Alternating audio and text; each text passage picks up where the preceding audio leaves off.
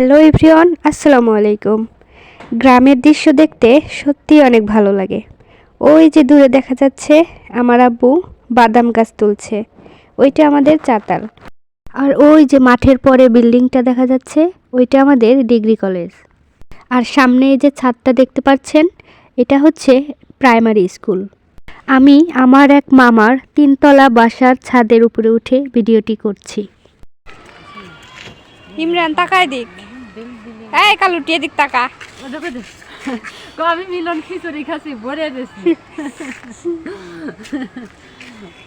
এই ছাদে আমাদের বাড়ির পাশের এক ফুপু ধান শুকাতে দিয়েছে।